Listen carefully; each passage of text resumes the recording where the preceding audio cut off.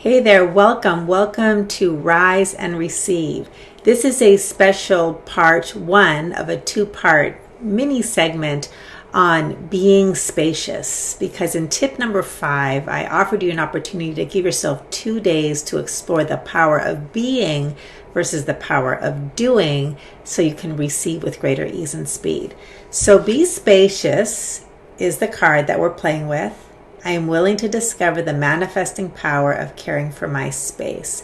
So I thought to nurture this as you practice tip number 5, I'm going to read to you from the Receive Oracle card deck. If you're new to me, you can get these on Amazon. And there are 56 receiving affirmations and principles that you can play with. And there's also this little booklet where you can go deep into receiving. Okay, so I'm going to read you Be Spacious. And so I invite you today to just take a moment, close your eyes, and let these words wash over you to allow this to nurture your capacity to receive simply by being instead of doing. Here we go.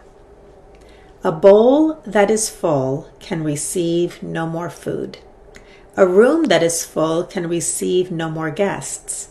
You cannot receive when there's no space in which to receive. The question is not, how do you receive? The question is, what are you receiving? Because in fact, you receive all day long. If you do not claim and guard your space, something else or someone else will. When you relinquish ownership of your space and blame your job, your family, or your responsibilities for filling up your space, the spaces of your mind, your heart, your body, and your life will be filled by whatever the wind brings. As you reclaim your space and nurture your personal authority over your space, you expand in your capacity to be a fortunate receiver of the good and better things in your life. Blessings come in expected and unexpected ways. Space is the invitation. So let that nurture you. Keep practicing being spacious, especially if you're feeling a little antsy about uncertainty. And remember the affirmations. Go back to tip number 5.